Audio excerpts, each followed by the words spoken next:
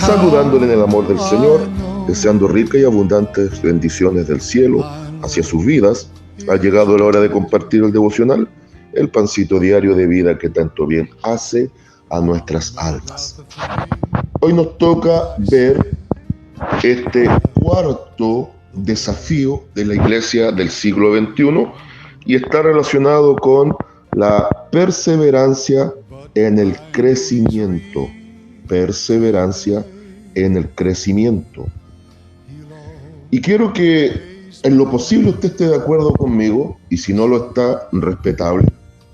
Pero ¿nota usted un real crecimiento de iglesia en este tiempo contemporáneo? Y cuando hablo de crecimiento, por favor, no se confunda. No estoy hablando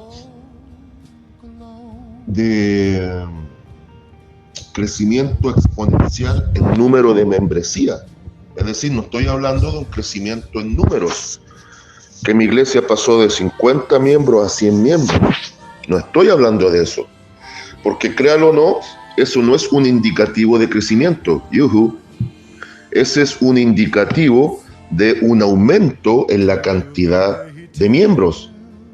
Cuando hablo de crecimiento y voy a la Biblia, me estoy refiriendo a un crecimiento en todas las áreas. Ya observamos, yo no veo un crecimiento real en unidad.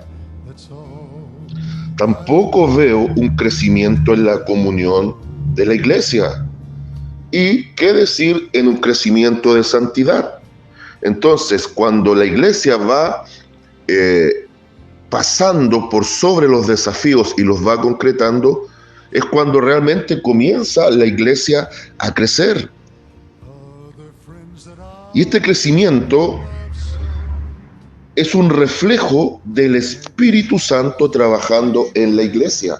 Entonces, quiero que me entienda desde ya, a la introducción, que jamás creeré en creyentes pasivos, entes inactivos en las cosas de Dios.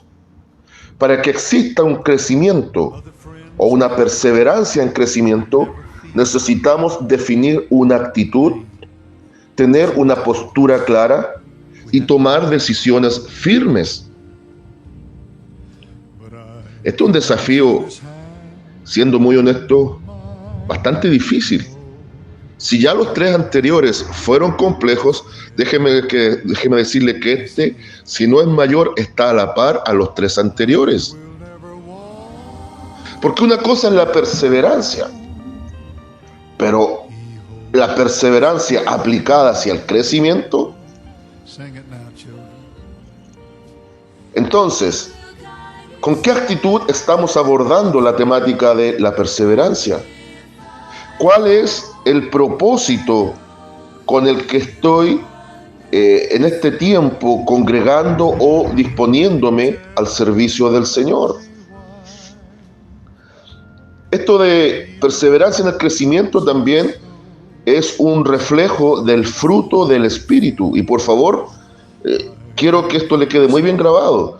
En Gálatas 5, 22 y 23 nunca se ha hablado en plural. Por ahí se predica los frutos del Espíritu. No. Si el fruto del Espíritu Santo es un solo fruto que tiene 9 características, que es la santidad. Un manzano da manzanas y un ciruelo da ciruelas.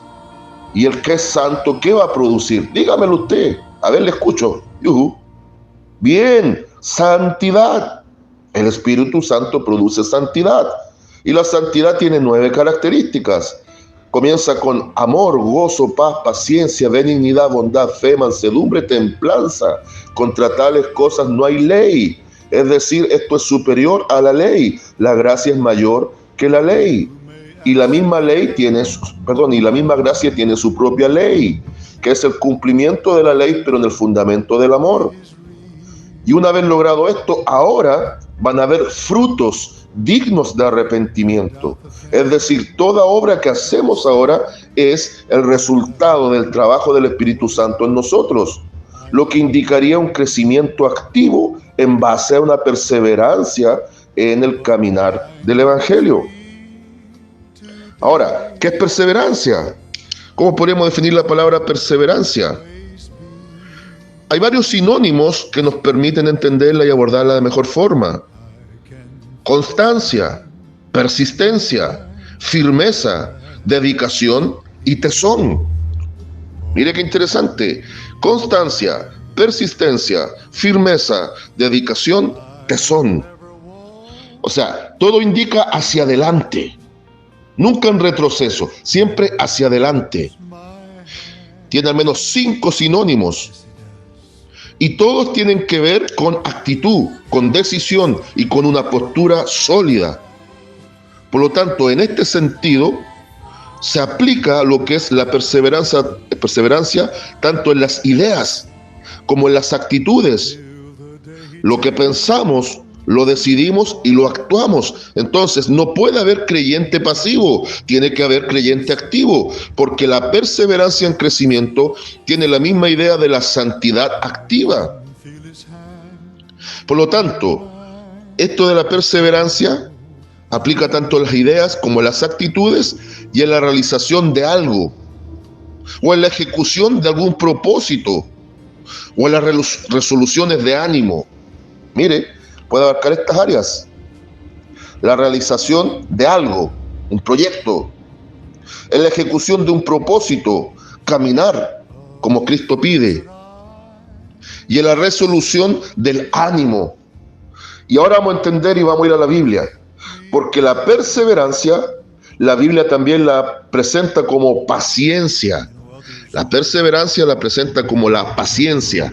Acompáñeme, por favor, dentro de muchos textos de perseverancia. He escogido principalmente este y después le voy a explicar por qué. Segunda a los Tesalonicenses, capítulo 3, versículo 1 al 5. Capítulo 3, versículo 1 al 5. Pero mi base va a ser el versículo 5. Segunda a los Tesalonicenses, capítulo 3, versículos 1 al 5. Y leo en el nombre del Señor Jesucristo, que la palabra de Dios sea glorificada.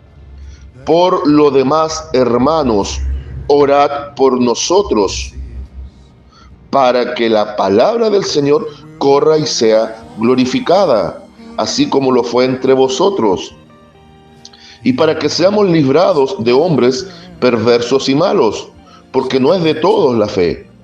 Pero fiel es el Señor, que os afirmará y guardará del mal. Y tenemos confianza respecto a vosotros en el Señor, en que hacéis y haréis lo que os hemos mandado. Y tenemos confianza respecto a vosotros en el Señor, en que hacéis y haréis lo que os hemos mandado. Y muchísima atención. Y el Señor encamine vuestros corazones al amor de Dios y a la paciencia de Cristo. Amén. Qué extraordinarios versículos hemos leído. No se olvide que los hermanos de Tesalónica tenían un muy buen testimonio precisamente de perseverancia en el crecimiento. Era una iglesia noble, jovencita esta iglesia, y ya desde su inicio fueron experimentados en el quebranto para la perseverancia y la paciencia en perseverar. Y dieron digno ejemplo, solo en algunos aspectos superados por los hermanos de Berea, los bereanos, porque los bereanos tenían estas mismas características, pero se les añadía que ellos probaban a los que decían ser apóstoles y todo lo cotejaban a la luz de la Biblia, a la luz de la palabra. Acá los hermanos de Tesalónica iban creciendo pese a la oposición. Y el apóstol Pablo aquí les pide, les enfatiza que estuvieran orando por ellos, los apóstoles, para que la palabra de Dios corriera y fuera glorificada. Es decir, Pablo está pidiendo apoyo en oración para que ellos perseverasen en el ministerio. Y el apóstol Pablo liga varias cosas bien interesantes. Bien interesante. Por ejemplo, en el versículo 2 liga la fe. La fe la liga a la fidelidad de Dios. Entonces, este es un trabajo mancomunado. Es Dios el que en su fidelidad nos va a guardar del mal. Pero Dios quiere una iglesia activa, no pasiva, para que la iglesia por la fe avance pese a las dificultades. Y este crecimiento se va a proyectar desde la perseverancia a la oposición. Por duro que sea el camino, por difícil que sea la situación, la iglesia tiene que ir madurando, creciendo, perseverando en ese crecimiento, de menos a más, y el camino es hacia adelante, no en retroceso. Y liga otro elemento, habla de la confianza, habla de la obediencia. Entonces, fe, constancia, obediencia de parte de la iglesia. Y después lo liga a un cuarto elemento fundamental, el amor, en el versículo 5. Crecer en amor. Pero siempre confiando que la fidelidad de Dios nos va a permitir soslayar estos momentos, sobrepasarlos. Y ahora me quiero centrar precisamente en el versículo 5. Y el Señor encamine vuestros corazones al amor de Dios y a la paciencia de Cristo. Esta palabrita paciencia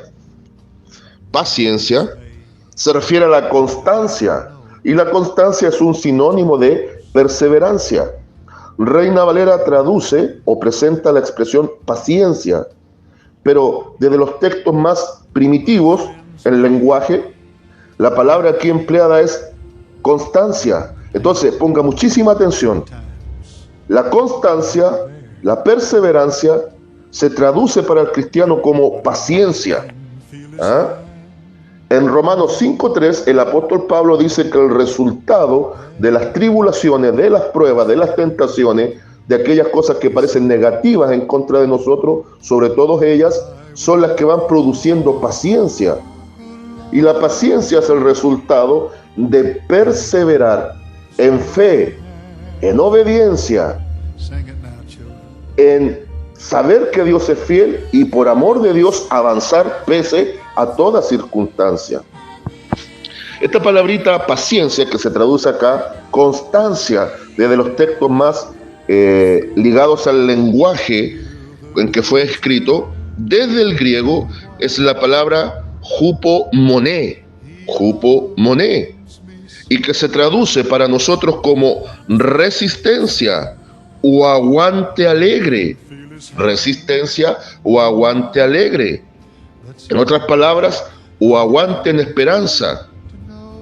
Entonces, resistencia, constancia y grandeza de ánimo frente a las circunstancias adversas. Entonces, de alguna forma, Pablo está diciendo lo siguiente: y el Señor los proyecte, el Señor les guíe en el camino, ¿ya?, hacia la producción del amor de Dios en sus corazones. El amor de Dios es fundamental en sus corazones, y a esta manera en la que Cristo se movió y actuó y caminó los días de su carne, en resistencia, en esperanza en todo tiempo, en constancia frente y pese a las adversidades. Por eso, amada iglesia, la Biblia nos enseña la importancia de perseverar. Voy a citar un texto de memoria, y yo sé que más de algún crítico puede salir a la escena y me va a decir: pastor, eso está fuera de contexto. Pero independientemente sea o no sea, igual aparece ahí la palabrita clave que va a tener que ser aplicada en su momento. Va a tener que ser aplicado por Israel en forma literal, pero a través de ese ejemplo la iglesia puede sacar la lección espiritual. Y me estoy refiriendo a San Mateo capítulo 24, versículo 13. Mas el que persevera hasta el fin, este será salvo. Pastor, ahí no está hablando soteriológicamente. Ahí nada tiene que ver con una perseverancia para salvación, porque la salvación no es por obra, sino que es por gracia. Se lo concedo. Pastor, eso aplica para el tiempo tribulacionista y sobre todo con el judío que va a ser perseguido en ese tiempo, y lo respalda la historia cuando Tito en el año 70 invadió y se cumplió la palabra de Cristo. También te lo concedo, perfecto. Pero ¿acaso no hay un tinte soteriológico en la constancia, en la perseverancia? Incluso ¿acaso no hay una doctrina en un punto radical que dice y habla de la perseverancia de los santos? ¿Ah? ¿O no hay perseverancia en el santo? Sí, todo eso aplica al tiempo tribulacionista, precisamente para Israel, que va a ser perseguido. Pero ¿acaso la iglesia no tiene que tener la misma postura frente a las grandes persecuciones? ¿O frente a las grandes oposiciones? ¿O frente a los grandes desafíos que tiene que abordar? ¿No aplica? Demuéstrame que no me aplica. Demuestra que no aplica. Y yo te demuestro que sí aplica. Claro que está la fidelidad de Dios. Claro que hay un camino que ha sido trazado. Pero en definitiva somos nosotros los que también, y ya lo dijimos, tenemos que tener cierta actitud, cierta postura, ciertas decisiones, una forma de abordar la vida cristiana. Eso ya no le compete a Dios, nos compete a nosotros. El problema de la falta de crecimiento genuino de la iglesia del siglo XXI es porque no ha abordado correctamente el desafío hacia la perseverancia, la constancia y la paciencia de Cristo. No lo ha podido experimentar, o no ha sabido o no querido. ¿Por qué? Por la mucha comodidad, por la mucha pasividad, por la mucha teología extraña que ha traído una falsa autoconfianza a la iglesia. Y perdóneme que se lo diga, la iglesia no ha crecido exponencialmente como en siglos anteriores, en los tiempos de los grandes avivamientos, en los tiempos donde la iglesia vivió momentos extremos de persecución, fue cuando más creció la iglesia. Pero ahora estamos en pasividad, y seamos honestos. Conclusión, consejo, consigna. Conclusión: la iglesia no ha crecido, aunque usted diga que sí. Crecimiento no es cantidad de número de hermanos, crecimiento es madurez en lo espiritual. Consejo: vamos a la fuente. La Biblia nos dice que debemos perseverar en todo tiempo, constantemente siguiendo el modelo de Cristo. Hagámoslo, ese es el desafío.